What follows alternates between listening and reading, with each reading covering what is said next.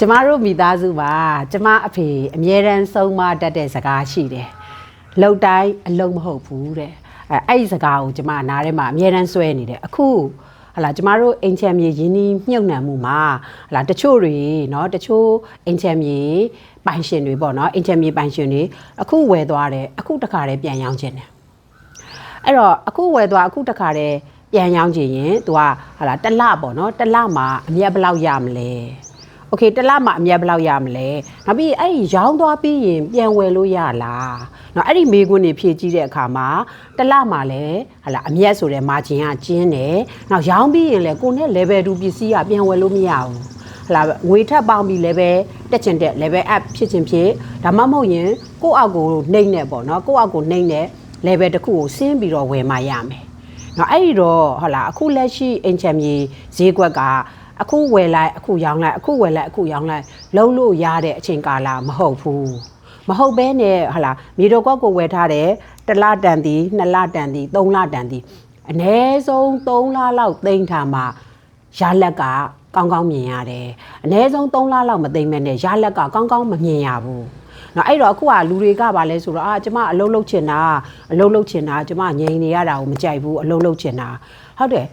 ယ်အလုံးဟုတ်တယ်ငြိမ်နေရတာငြိမ်တာမကောင်းဘူးမှန်တယ်အလုံးလုံးတာကောင်းတယ်မှန်တယ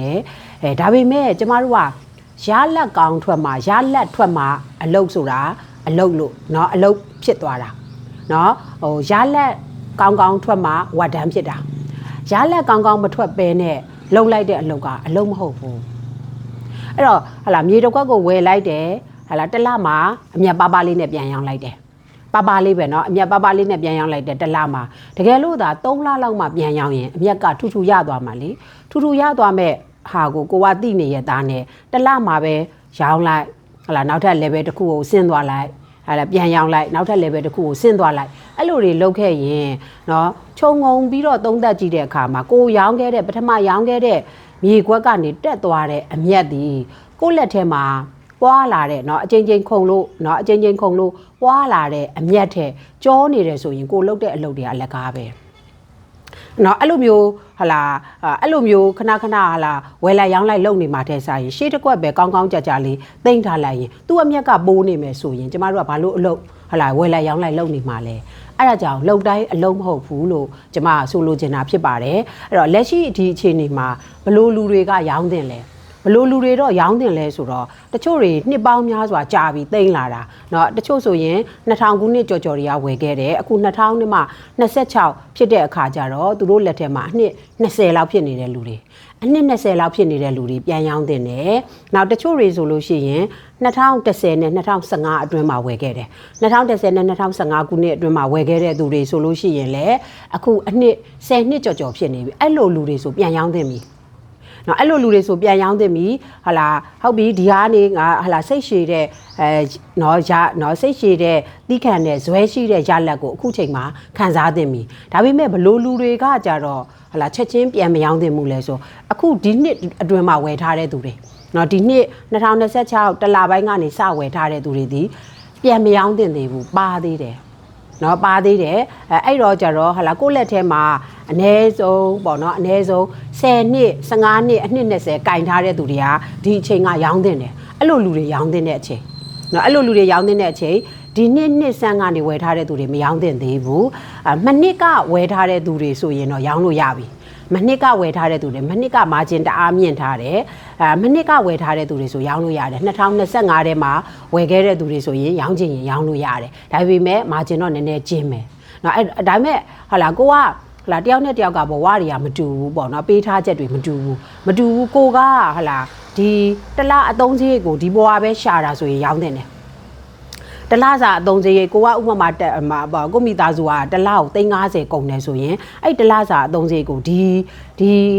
ီမြေခွက်ကနေရှာမှာဆိုရင်တော့တလားတခါရောင်းကိုရောက်ရမယ်ဒါအဲ့လိုမျိုးလူအဲ့လိုမှမဟုတ်ပဲနဲ့ကျမတို့ကဟလာငွေကဒီငွေကပိုနေတာဟလာနောက်ပြီးတော့တခြားလုပ်ငန်းကလည်းဟလာတလားစာအသုံးစရိတ်ကလုံလောက်နေတယ်ဟလာဒီငွေကအပိုဆိုလို့ရှိရင်မရောင်းသင့်ဘူးเนาะအဲ့တော့ဟလာကျမအဓိက message ပေးချင်တာကကျမတို့ကအခြေအနေနဲ့အချိန်ခါပေါ်မူတည်ပြီးတော့ရလက်ထွက်အောင်ရလက်ကောင်းကောင်းထွက်မှအဲ့ဒီအလုပ်ကိုအလုပ်လို့ခေါ်တယ်ရလက်ကောင်းကောင်းမထွက်ဘဲနဲ့လှုပ်လိုက်တာဒီပင်ပန်းသွားတာပဲအဖတ်တင်တယ်အလုံးမဟုတ်ဘူး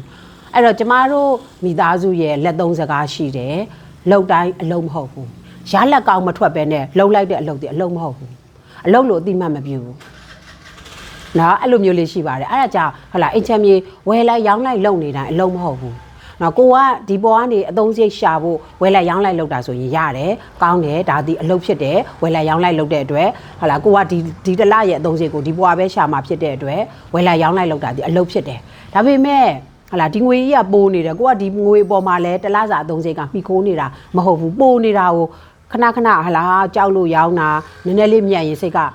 ဝမ်းသာလာပြီလှုပ်လာပြီစိတ်ကလှုပ်လာပြီစိတ်ကမငြိမ်ဘူးဟလာစိတ်ကလှုပ်လာပြီစိတ်ကခုံလာပြီရောင်းကျင်သွားပြီရောင်းလိုက်တယ်နောက်တစ်ခွက်ပြန်ဝယ်တော့ level 2ကိုမရနိုင်ဘူးလေ